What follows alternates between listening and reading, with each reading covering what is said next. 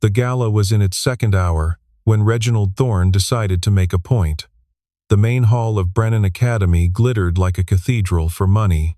Near the coat check, a man in a gray maintenance uniform knelt on the marble with a bucket and a rag, cleaning a wine stain someone had left an hour earlier. He worked quietly, steadily, the way men who have done hard labor their whole lives work. Reginald walked past him with a deliberate swing of his hip and caught the lip of the bucket with his heel. Water spilled across the floor. He turned, arms wide. "This," he announced, loud enough to reach the stairs, "is what $60,000 a year tuition buys you. Someone to clean up the mistakes we are far too important to own." A thin laugh rippled through the circle. Eli Ward did not look up. He shifted his weight and began wiping the spreading water toward himself in slow, patient strokes. His hands did not shake. Celeste Brennan had just stepped onto the top landing of the grand staircase. She saw the scene below, and her breath caught. Her mouth opened, and from behind her, small and absolutely clear, a voice said, "I want him to be my dad." The hall went still, not polite still. The deep, airless stillness of something breaking. Margot Brennan was standing 2 steps behind her mother, one hand clutching the hem of Celeste's dress, the other buried in the pocket of her white pinafore. Margot, who had not spoken a full sentence to a grown adult in nearly 3 years. Reginald Thorne turned. For half a second, before his smile came back, his face went the color of unbaked bread. Celeste did not see it. She was staring at her daughter. But Eli Ward, lifting his head from the floor for the first time, saw it perfectly. Margot took one small step forward, then stopped.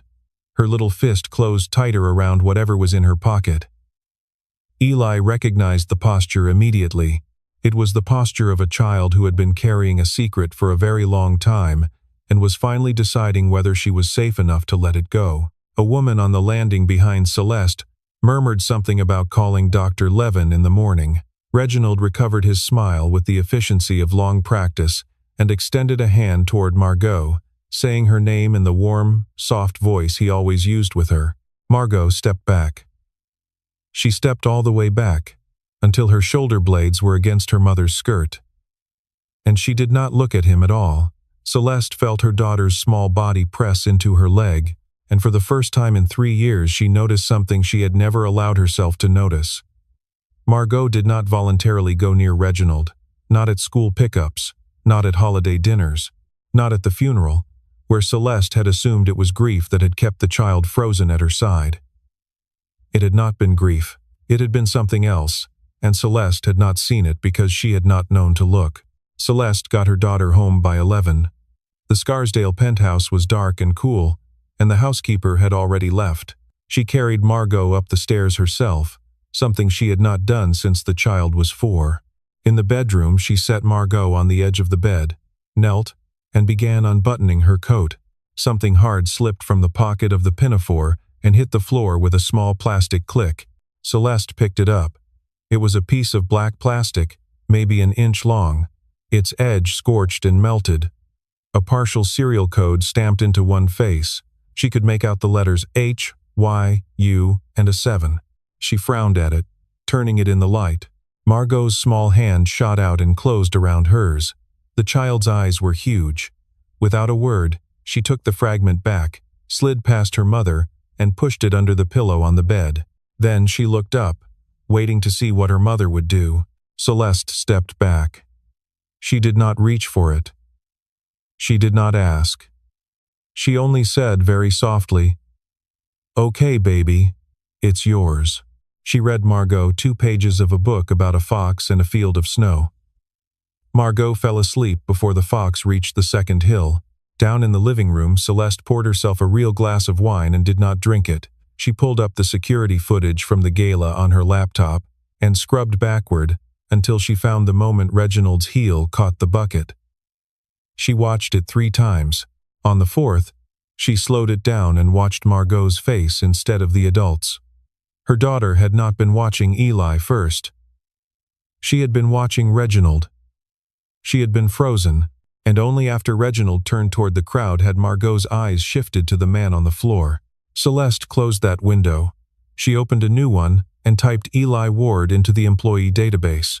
His file came up. Clean background. Hired in September. Night custodial. Previous employer listed as a cleaning contractor in Boston. 7 years of nothing in between. She closed the file. She opened her browser and typed Eli Ward Boston into the search bar. The second page gave her a Boston Globe article from 2021. Ward Communication Program helps traumatized children speak again. A photograph of a younger, rested version of the same man she had watched kneel on the marble of her own gala. Clinician at Boston Children's Hospital. Leading authority on selective mutism in trauma-exposed children. She read the article twice. She read his faculty bio. She read an interview in which he talked, carefully and plainly, about how silence in children was not the absence of language, but the presence of a problem no adult had yet been trusted enough to hear. Celeste closed the laptop. She sat in the dark of her living room and listened to the big house creak around her. She had 2 questions, and she could not put either of them down. What did her daughter have in her pocket, and why was the only man in America who could answer the first question currently pushing a cart of floor cleaner through the basement corridor of her school? She went to work at 7 the next morning. She did not go to her office. She went to the maintenance wing, found Dottie Halvers in her tiny, paper-walled office behind the loading dock, and shut the door behind her. Dottie looked up from a work order, set down her pen, and sighed in a way that meant she had been waiting for this. "You know," Celeste said. It was not a question. Dottie nodded once. "He asked me to keep it. I kept it. Why is he here?" Dottie leaned back in her chair. "He came in September. His daughter needed dental insurance. The kid had 14 months of not eating right, and it tore up her teeth. He needed nights so he could be home during the day. He walked in with the cleanest resume I have seen in 20 years, and every single reference checked. I did not know who he was until I asked him where he studied, and he told me the truth. He asked me not to say. I did not say. He is the best worker I have got. He is not running from anything that matters." Celeste stood in the doorway a long moment. Then she said, "Thank you, Dottie." She took the service elevator to the basement at 3 in the afternoon, when she knew his shift did not start until 4. He was sitting on a folding chair in the break room, eating a sandwich out of a plastic container. He did not look surprised when she walked in. She laid the printed Boston Globe article on the table between them. Eli set his sandwich down. "I wondered how long it would take you." "Margot has not called anyone dad since her father died 3 years ago," Celeste said. "Not her grandfather. Not the photograph we keep on the mantle. Not the teachers who tried. You have been in this building 9 months. Why her?" Eli looked at the article. Then he looked at her. "I do not know her. I know what she looks like. My daughter looked like that. Not grieving. Guarding. There is a difference. Guarding what? Something she thinks she is not allowed to tell. Children who lose a parent in an accident do not go silent for 3 years. Children who saw something they do not understand do, and the adult they trusted most to explain it is not there anymore." Celeste sat down slowly on the other folding chair. She was in the car. When Peter. She was 3. She was asleep in the back seat. Eli looked at her steadily. Was she? Celeste did not answer. She could not answer. "Ma'am," he said, and his voice was very gentle. "I was a clinician. I am telling you that when a 3-year-old sees something she does not have words for, and the adult she trusted most is suddenly gone, she does not stop speaking because she is sad. She stops because she is afraid of the next adult, and she is waiting for one she is sure of." She stood up. Her hand was shaking. She did not trust herself to speak. She turned and walked out of the break room and all the way up to the ground floor without seeing anything. In the elevator, she took out her phone and called the number she had kept in her contacts for 3 years. The state trooper who had handled Peter's accident. The number rang 3 times, and then a recorded voice told her it had been disconnected. She stood in the elevator with the phone to her ear, long after the recording had ended. She started bringing Margot to school herself the next morning. She told her driver to take the day. She told her assistant to move every meeting before 10. She walked her daughter to the door of the first-grade classroom and stood at the end of the hall watching until the child disappeared inside. And then she lingered in the empty corridor, looking at the case that held the original architectural drawings of the school, looking at nothing. Reginald came to her office at 11 for their standing coffee. He was early, which was unlike him. He sat in his usual chair and crossed his long legs and smiled the warm, concerned smile he had perfected over 3 years. "I have been thinking about the gala," he said. The janitor moment. Celeste, a child fixating on a stranger like that is a regression. It is exactly the kind of thing we were watching for with Dr. Levin. I'm going to call him myself. I will set it up. He can see her Thursday. Celeste smiled with her mouth. Thank you, Reginald. Let me think about timing. She has a school concert Friday, and I do not want to shake her. Of course. He patted her hand across the table and held it 1 beat longer than was comfortable. Celeste, you have been carrying all of this alone for too long. Peter would have wanted someone close to the family to help you steer. I am not going anywhere. She kept her smile until he was gone. Then she stood at her window and watched him cross the parking lot to his black sedan. She waited until his car pulled out onto the road. Then she called her assistant in. Pull every payment, she said, between Brennan Education and Reginald Thorne from 2022 forward. Consulting fees, advisory retainers, scholarship fund disbursements, all of it. I want it in my office by 4. It was on her desk by 2:30. Her assistant set the folder down without a word, and her assistant's face was the color of paper. Celeste opened it. $4.2 million in consulting fees against the scholarship endowment over 22 months. No matching contracts. No board minutes approving the disbursements. The signatures authorizing them were her own husband's, up until March of 2023. After that, they were hers. She had signed them without looking. For 3 years. At 9 that night she drove to the school.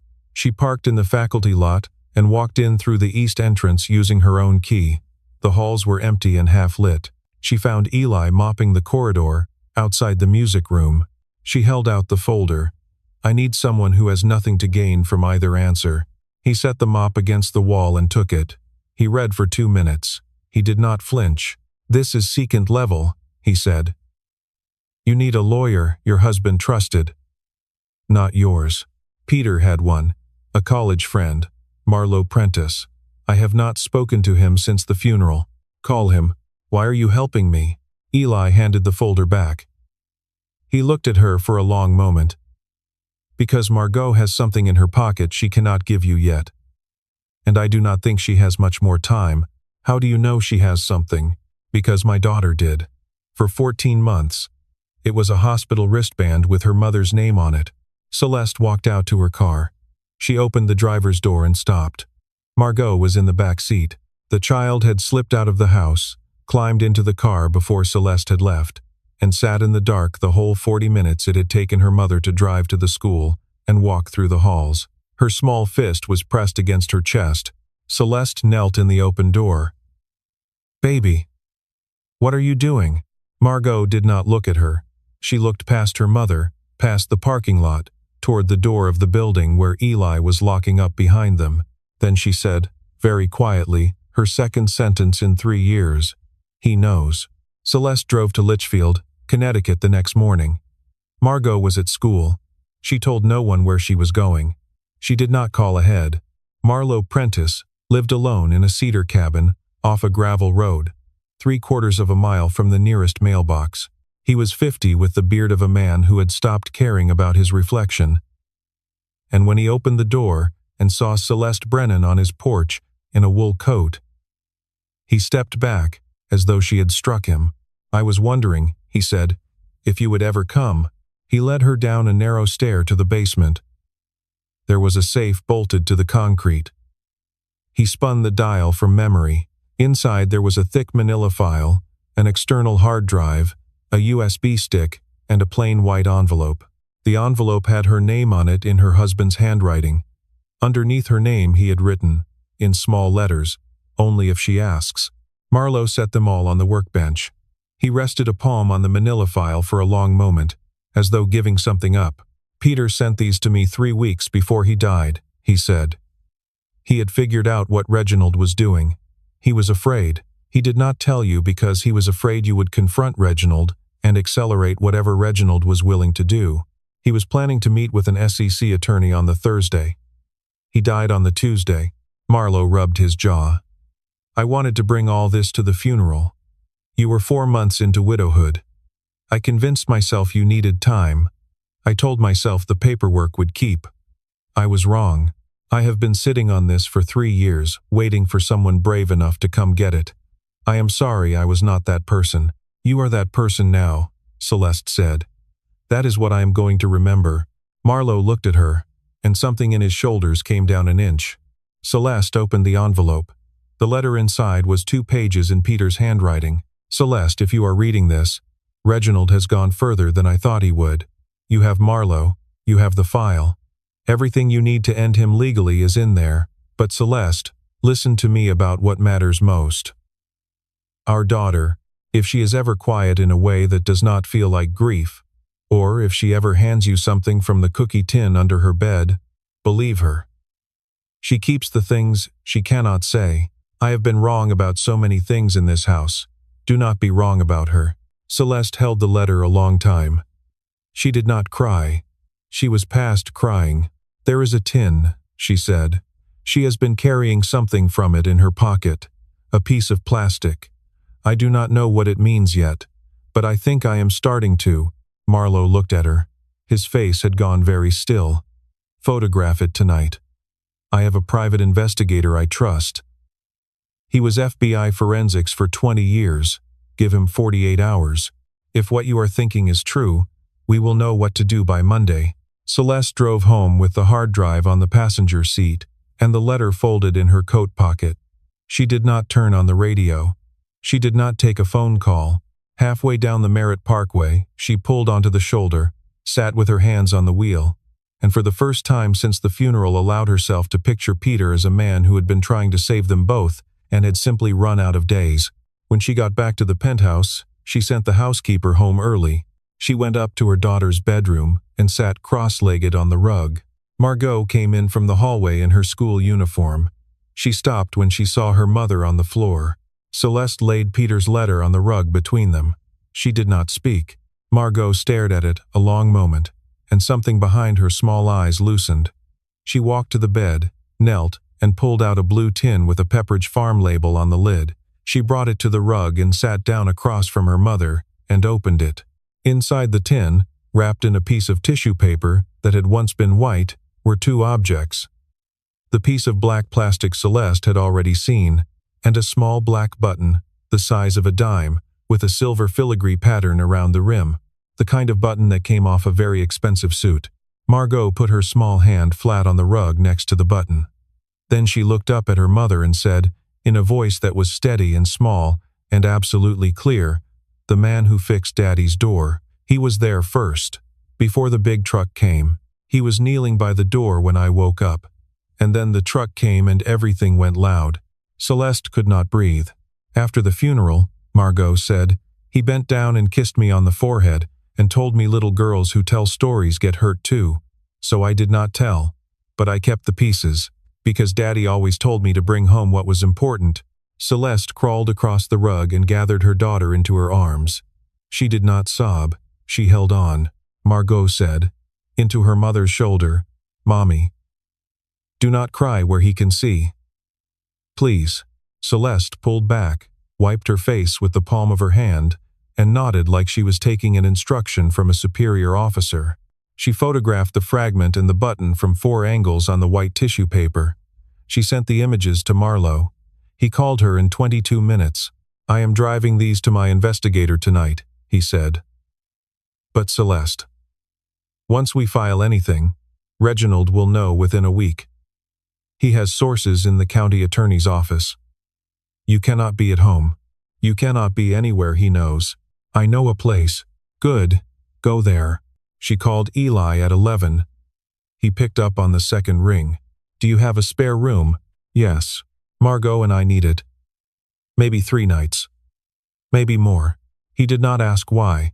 He gave her the address in Peekskill and the gate code for the long gravel driveway. Before he ended the call, he said, "Celeste, pack what she sleeps with. Pack the tin." "I know." When she was pulling the overnight bag out of her closet, her phone buzzed. It was Reginald. The text read, "Celeste, I drove by your place and you weren't home. Everything all right?" She stared at the screen until it dimmed, and then she picked up her daughter and walked out the front door without looking back. Eli's house was a low wood-sided cottage at the end of a dead-end road. The kitchen light was on. Juno was curled on the couch in pink pajamas, reading a chapter book about a girl who lived in a castle. Juno looked up when Margot stepped through the door. She did not say hello. She slid over on the couch, lifted the Afghan blanket, and held it open. "It's warm," she said. "You can sit." Margot sat down. Juno tucked the blanket around both of them. They did not speak for 10 minutes. Then Margot leaned over and whispered something into Juno's ear.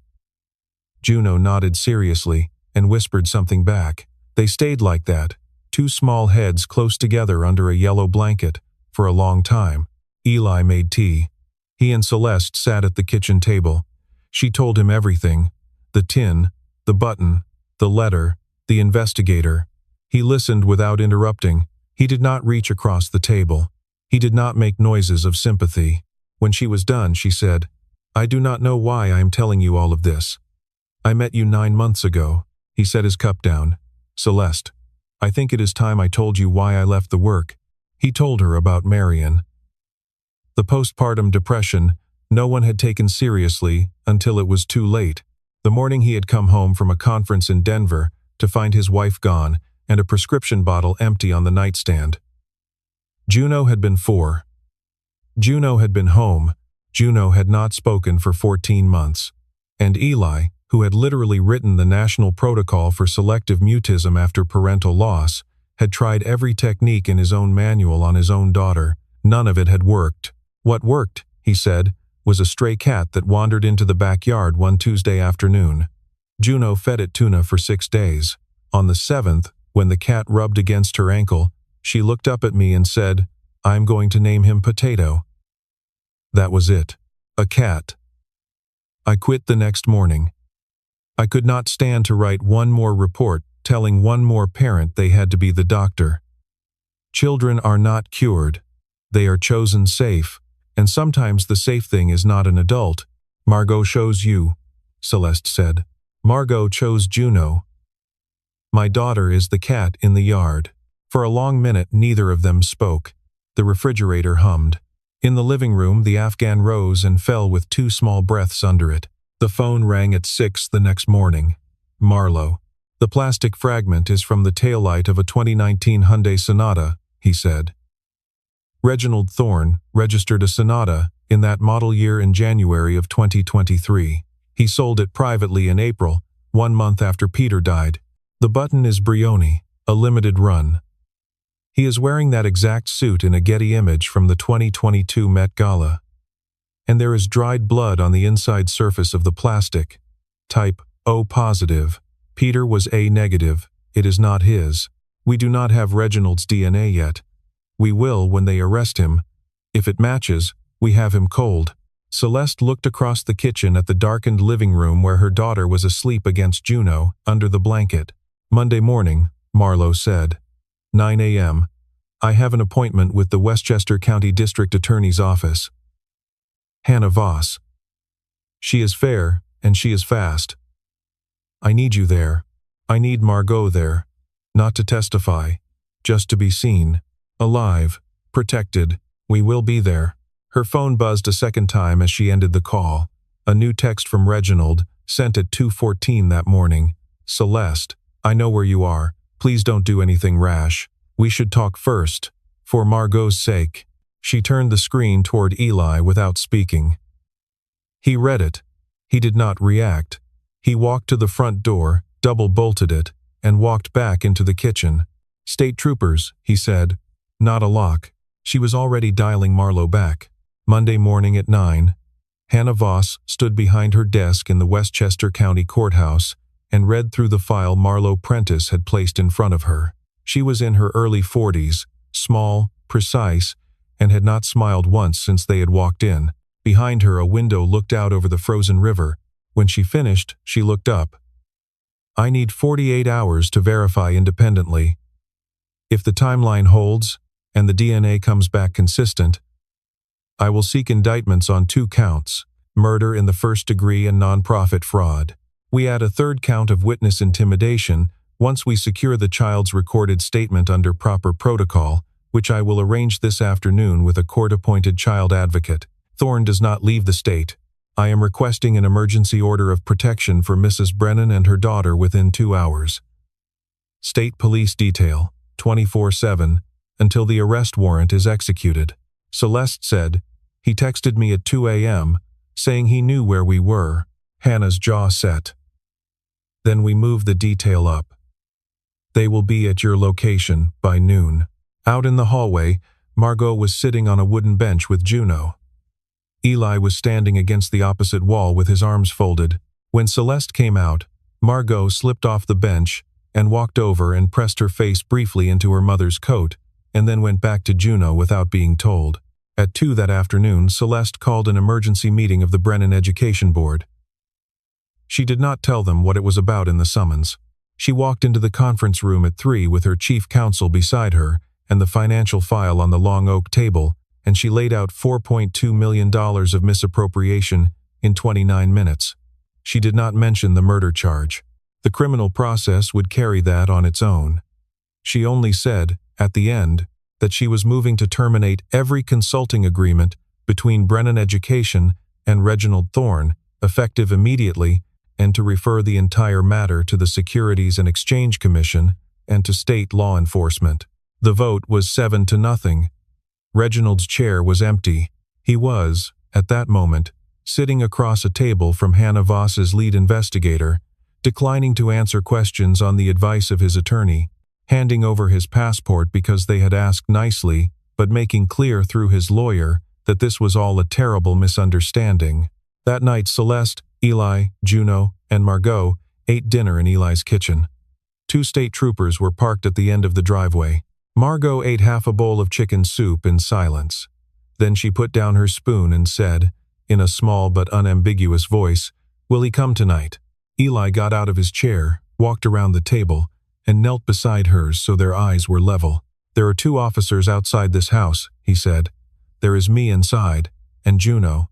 He is not coming anywhere near you tonight, or any night, Margot. That part is over now. You do not have to carry the pieces anymore." Margot nodded slowly. She picked up her spoon. She took 1 bite of soup. Then she looked across the table at her mother and said, "At normal volume, can I have more crackers, please?" It was the first complete sentence she had spoken at a table in nearly 3 years. Celeste turned her face toward the window so her daughter would not see the tears. Eli reached into the pantry and set a full sleeve of saltines in front of the child, without a word. The phone rang at 9:40. "Hannah, Thorne tried to board a private aircraft at Teterboro 40 minutes ago," she said. "Hawker jet, tail number, filed for a flight plan to Antigua. We have him." The arraignment was Tuesday morning at 10.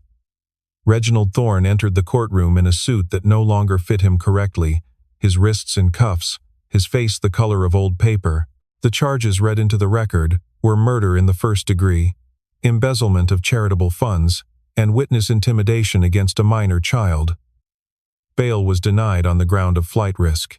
His attorney's motion for reconsideration was denied before he finished the sentence. Within 6 minutes, Reginald was being walked back out a side door toward a transport van. Margot stood on the stone steps of the courthouse with her hand in Celeste's. She watched the van pull away. She watched it turn the corner. Then she said, without looking up, "He is smaller than I remembered." Celeste crouched down, so they were at the same height. "Yes, baby.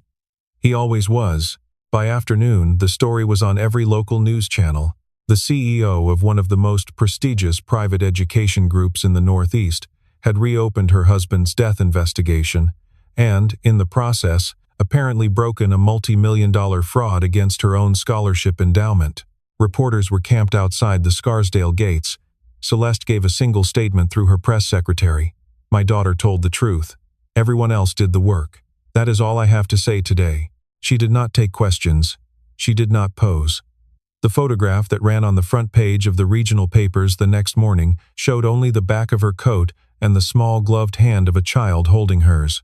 Eli watched the clip on a small television mounted in the teacher's lounge at Brennan Academy, where he had gone in for his shift because he did not know what else to do with his afternoon. He watched Celeste say what she said. Then he smiled for what felt like the first time in a very long time. That evening she brought pizza to his house. Juno had already dragged Margot upstairs to show her a collection of river stones lined up on a windowsill. In the kitchen, Celeste and Eli stood at the sink washing dishes. She was on wash. He was on rinse. "I do not know what I am supposed to do now," she said. "For 3 years I have been living as if I were waiting for something without knowing what. Now it is done. I feel empty. 3 years is a full-time job," he said. "You are allowed to rest. You rested. And you still ended up here. Mopping floors." He set the plate he was drying on the rack.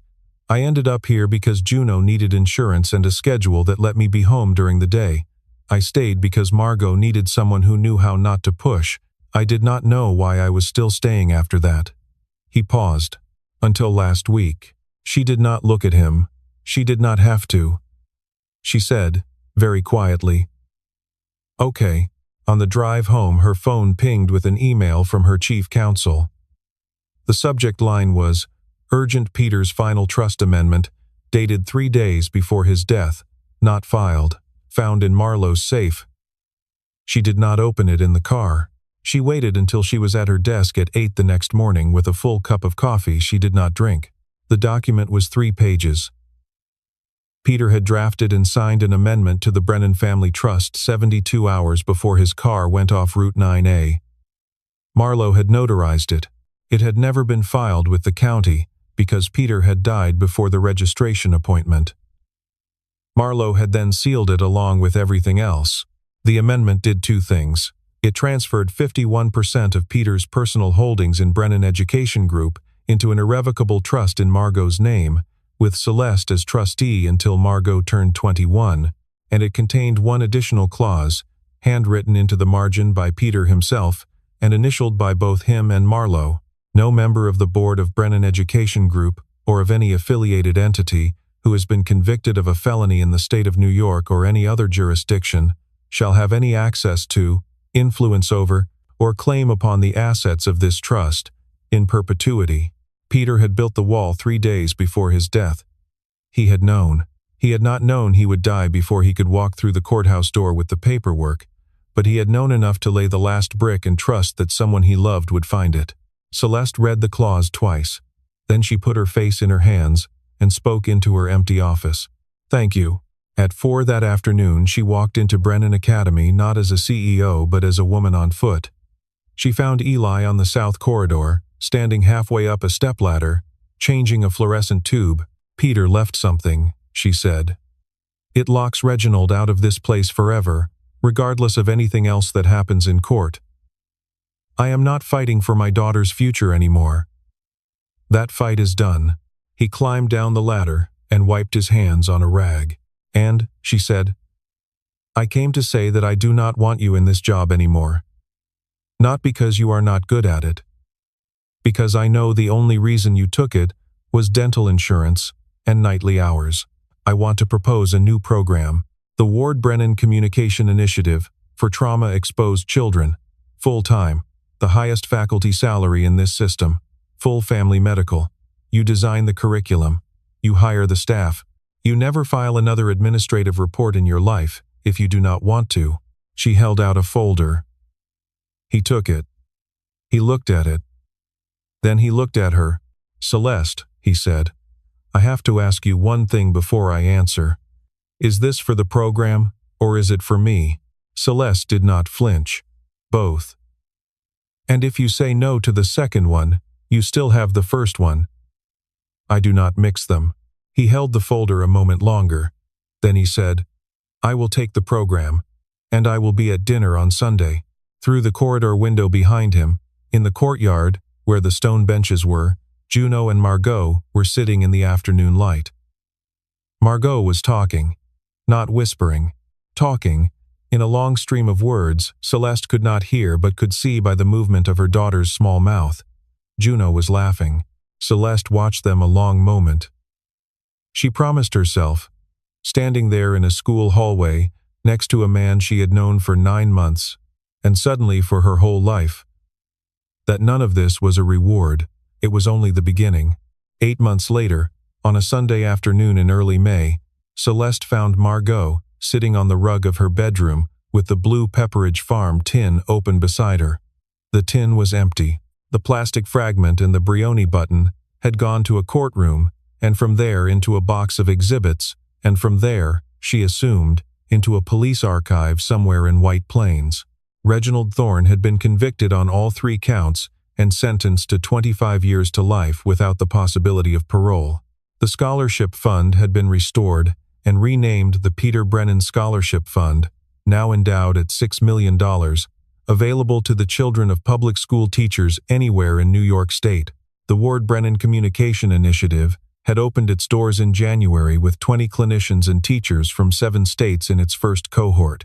Eli had agreed, quietly, that Margot could be listed as Case Study 1 in the internal materials not to be published, only to remind him that sometimes the theory did work, if you were patient enough, and lucky enough, and quiet enough. Margot was gluing a new drawing to the inside of the empty tin. 4 figures on a stone bench, a tall man, a woman with dark hair, 2 little girls holding hands. Underneath, in the shaky block print of a first grader, she had written, "My family, the one I picked." She looked up when her mother sat down on the rug beside her. "Mommy," she said, "I do not need to keep the pieces anymore. I already gave them to the judge. I want to keep this one instead." Celeste kissed the top of her head and did not trust herself to speak for a moment. Downstairs the screen door banged, and Juno came racing in calling for Margot, something about a squirrel and a feud. Margot scrambled up, the empty tin pressed to her chest, and flew down the stairs after her sister, in everything but name. That evening, Eli was in the backyard grilling chicken. Juno and Margot were in the grass having a loud and unresolvable argument about what to name the squirrel that had been visiting the bird feeder for a week. Juno wanted Mr. Whiskers. Margot wanted Senator. They finally agreed on Senator Whiskers, which neither of them thought was a compromise. Celeste stood on the back porch with a glass of iced tea. Eli came up the steps, set the tongs on the railing, and stood beside her. They did not touch at first. They just watched the children. Then she reached out and took his hand. "I am not afraid anymore," she said. He closed his fingers around hers. "I know. I was waiting for you to say it." They stayed like that a long while the smoke rose off the grill, and the 2 girls chased each other in slow circles around the bird feeder, and the long May evening went gold at the edges. Peter Brennan left a signed trust. Reginald Thorne left a piece of taillight in a cookie tin, but the only thing that mattered in the end, Celeste would later say, was what her daughter left behind in the silence, and the man who finally made it safe to come back.